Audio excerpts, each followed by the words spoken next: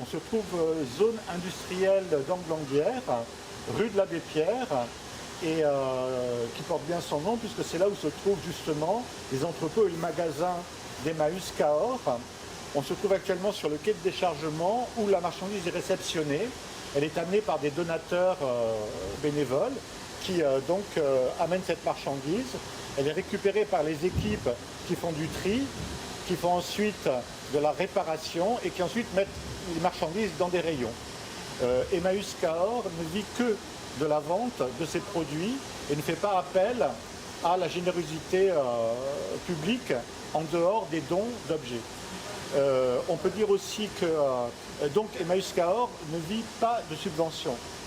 C'est la raison pour laquelle la période de confinement a porté un coup assez rude à cette organisation puisqu'elle n'avait plus aucun revenu.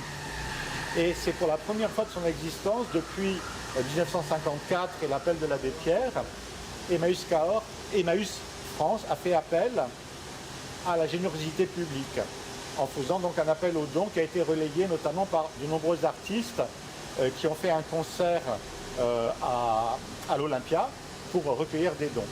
Alors je vais vous passer donc Olivier Adam, qui est le directeur technique de cette structure, qui va vous expliquer un petit peu son histoire et son fonctionnement.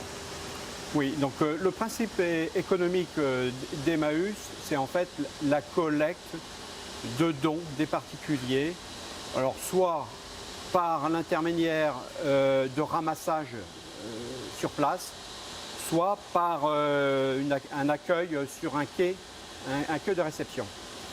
Le principe, c'est qu'on effectue du réemploi. On a des petites mains, des bénévoles qui récupèrent les dons, les nettoient, les trient, les réparent et par la suite c'est intégré à notre magasin. Donc c'est le principe économique. Par la suite, ça nous permet de financer nos solidarités et financer des emplois et financer des solidarités internationales, nationales, locales et ça tout le long de l'année. Donc on a vu donc qu'Emmaüs Cahors ne coûtait pas un centime aux contribuables, bien au contraire, puisqu'ils se font également récupérateurs d'objets usagés et ils sont juste derrière le CIDET du Lot, qui est donc l'organisation, enfin l'organisme qui fait la gestion des déchets. La gestion des déchets. Et donc ils vont faire des économies à la collectivité en faisant également de la gestion de déchets. Donc ils ont une action à la fois solidaire, ensuite économique et ensuite écologique, puisque ces déchets sont recyclés et repartent dans le circuit de la vente. Voilà. Donc on a vu que la crise sanitaire a posé, comme à de nombreuses entreprises, le problème des revenus à Emmaüs, puisqu'ils ne vivent, comme on l'a dit, que de leur travail. Il y a eu un appel exceptionnel à la générosité publique, le premier depuis la création de l'institution en 1954 par l'abbé Pierre et son fameux appel sur Radio Luxembourg. Donc on a été un petit peu inquiet de la situation d'Emmaüs, donc j'aimerais bien savoir quelle est actuellement la situation économique de l'association. Alors la situation, le confinement a mis en péril de nombreux groupes Emmaüs au niveau financier. Étant donné que l'on vit que des dons, pendant cette période, il y a eu zéro rentrée, zéro euro de rentrée pendant cette période-là.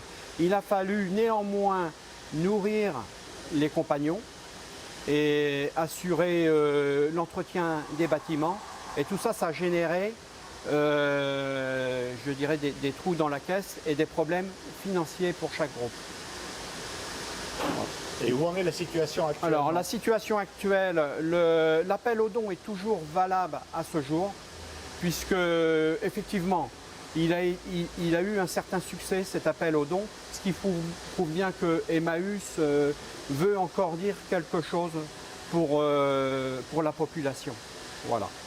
Et donc on a eu de nombreux dons qui, à ce jour, ne suffiront pas pour maintenir certains groupes en état de fonctionner, disons, à moyen terme.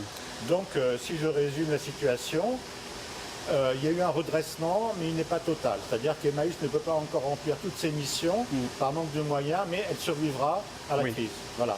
Mais il y a un autre problème qui s'est posé pendant ce confinement, c'est qu'il y a beaucoup de bénévoles, par peur de la contamination, qui ont abandonné leur travail. Et donc vous êtes retrouvé face à une deuxième difficulté, c'est-à-dire l'accueil à partir du moment où on a réouvert l'entrepôt. Ça a été l'accueil et la restauration et la mise en vente des produits d'Emmaüs.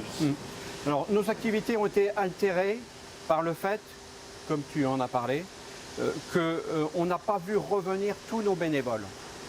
Et à l'origine, on avait déjà un problème, un souci avec les bénévoles, parce que toutes les associations en France traversent une crise, la crise du bénévolat. C'est une question de génération. Et le confinement n'a pas arrangé les choses. À la réouverture, on a vu qu'il nous manquait 50% de nos bénévoles. Donc nous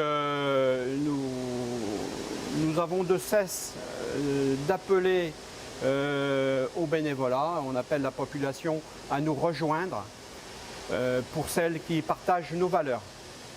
Alors certains donc ont un peu déserté Emmaüs par peur de la contamination, mais au contraire d'autres qui se sont retrouvés au chômage partiel sont venus rejoindre les rangs des bénévoles. Et justement, on a l'exemple d'un jeune homme qui est donc de la région parisienne, qui est venu se confiner dans le Lot et qui est tout de suite venu se proposer à Emmaüs pour donner un coup de main. Et je pense que par l'exemple de ce bénévole qui s'appelle Alex, ça peut susciter des vocations auprès d'autres gens qui se retrouvent au chômage partiel, qui donc bénéficient de la solidarité collective et qui peuvent en échange apporter un petit peu de leur temps pour des œuvres aussi utiles pour la collectivité qu'Emmaüs. On va donc vous présenter Alex et on va lui poser quelques questions sur ses motivations et sur la façon dont il a appréhendé son séjour ici. Je vous présente Alex, dont on parlait tout à l'heure, qui est bénévole à Emmaüs Cahors. Et donc je voulais savoir quel concours de circonstances assez extraordinaires t'ont amené, puisqu'apparemment tu n'es pas du tout de la région, tu es de la région parisienne. Donc est-ce que tu peux résumer en quelques mots ton itinéraire qui t'a amené jusqu'ici? Là, effectivement, j'habite à Paris, dans le 12e arrondissement. Le confinement s'est imposé à nous sur la mi-mars. On s'est rapproché de la région du Lot et le Montat plus précisément, puisque mes beaux-parents sont résidents ici. Et on a l'habitude régulièrement, en temps normal, de passer du temps ici dès qu'on a du temps libre avec ma petite copine. Voilà.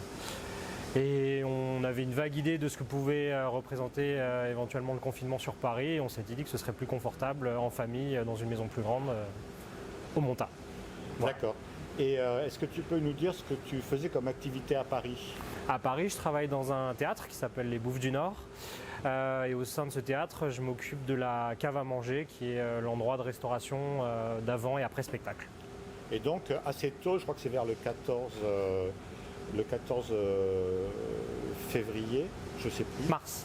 14 mars, que donc notre Premier ministre a décrété la fermeture de tous les hôtels, restaurants et lieux publics. Plus ou moins, ouais, c'est ça à peu près le crescendo. Nous, on a eu la fermeture avant les restaurants, puisqu'on est un établissement qui reçoit du public, puisqu'on est lié au théâtre.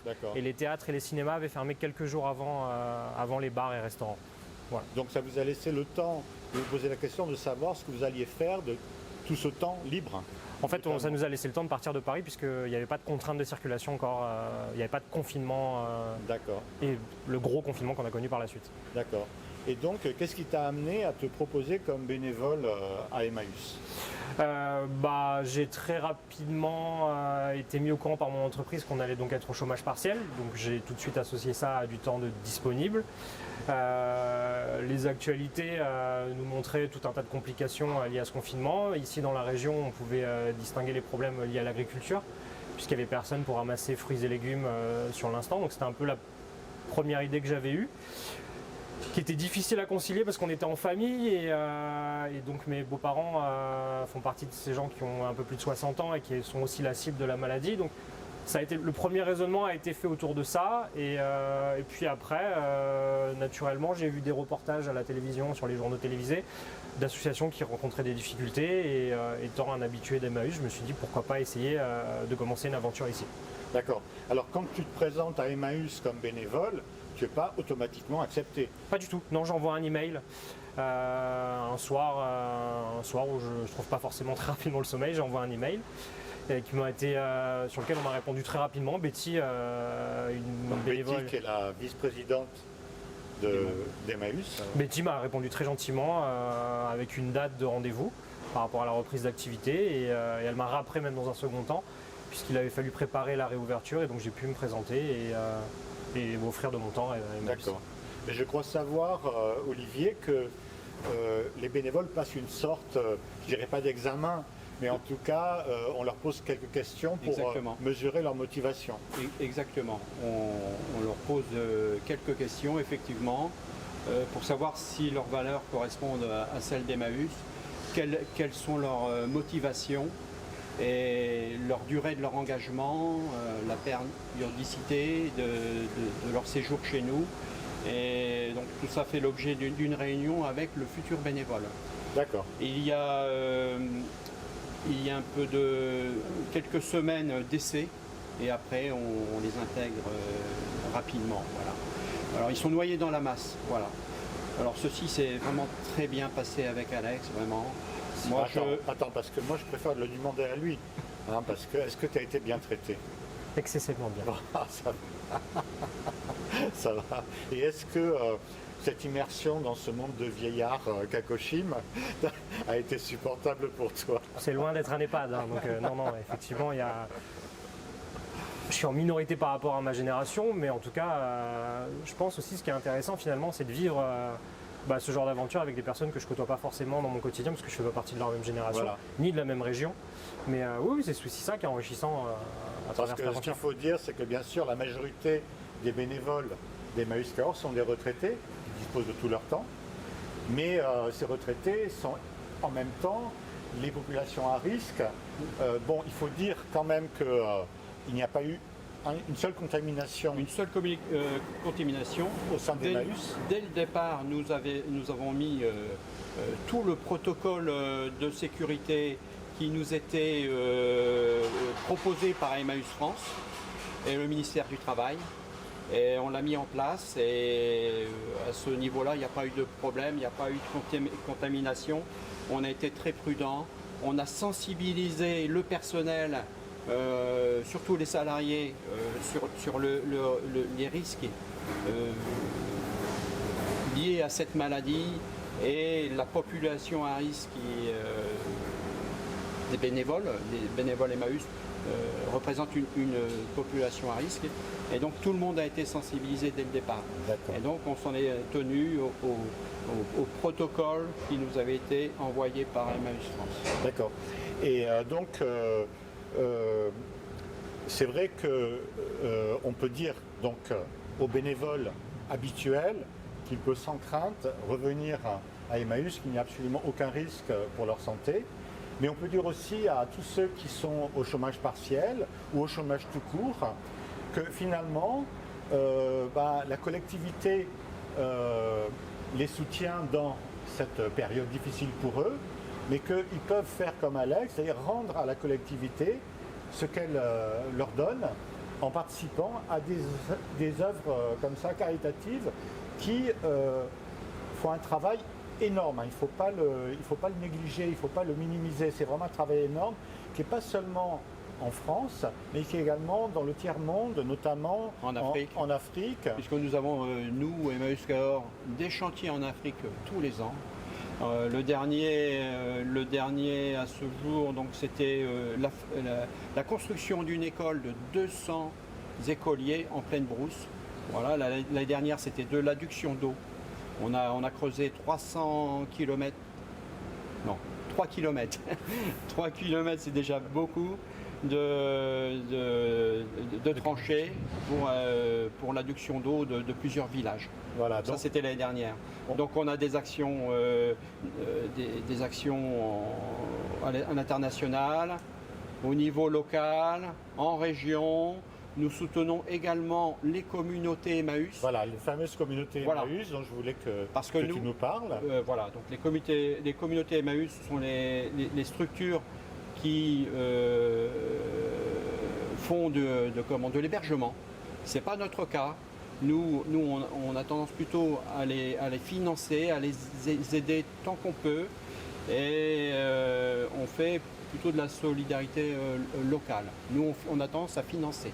Je crois même savoir que Emmaüs a carrément créé une société de HLM, a Oui. financé une société de HLM Oui. pour loger les plus démunis. Bien sûr. Donc on voit que c'est pas juste un petit truc caritatif local, c'est international. Tout à fait.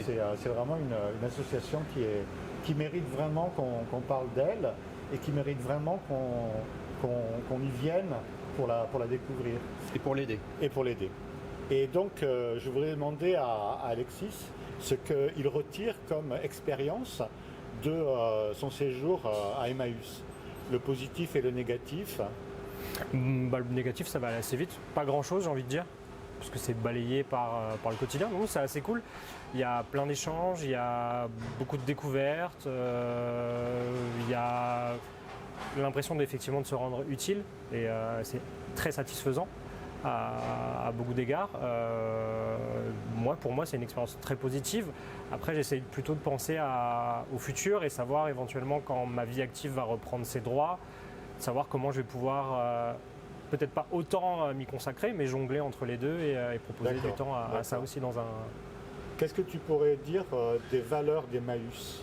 Quelles sont d'après toi les valeurs principales d'Emmaüs?